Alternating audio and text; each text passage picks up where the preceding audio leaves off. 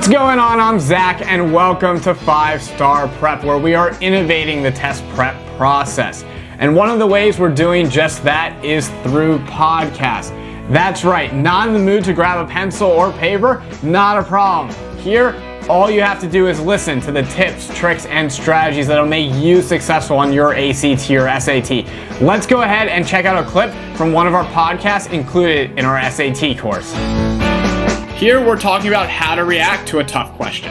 You have to remember that this exam is evaluating students from all over the world, and as a result, there are going to be tough questions, and that's okay, but it's all about how you react to those hard questions. Are you going to let them hinder your performance going forward, fluster and overwhelm you, or are you just going to let it go and let it be? It's all up to you, and you have to make that decision when you're working through your ACT or SAT.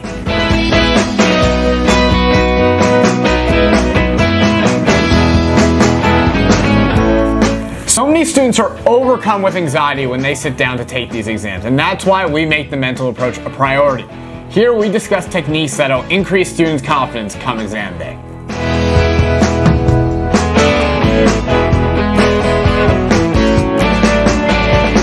At 5-Star Prep, we strive to connect our students.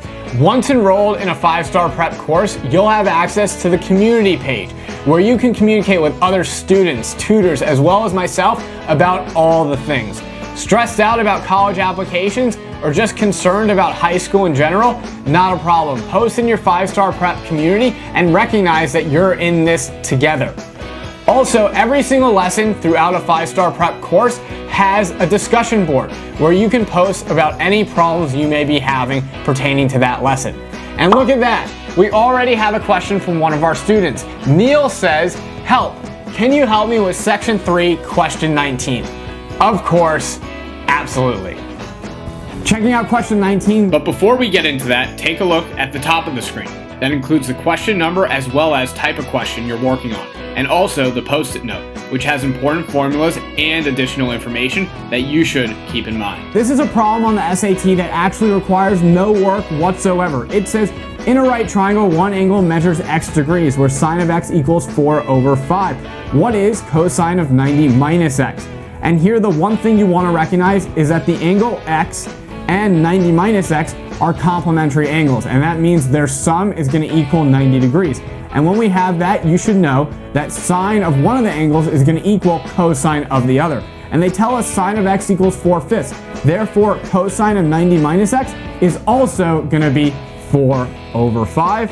And that's it. We're good to go. This is 5-Star Prep, test prep for the modern student. To learn more, check out 5starprep.com.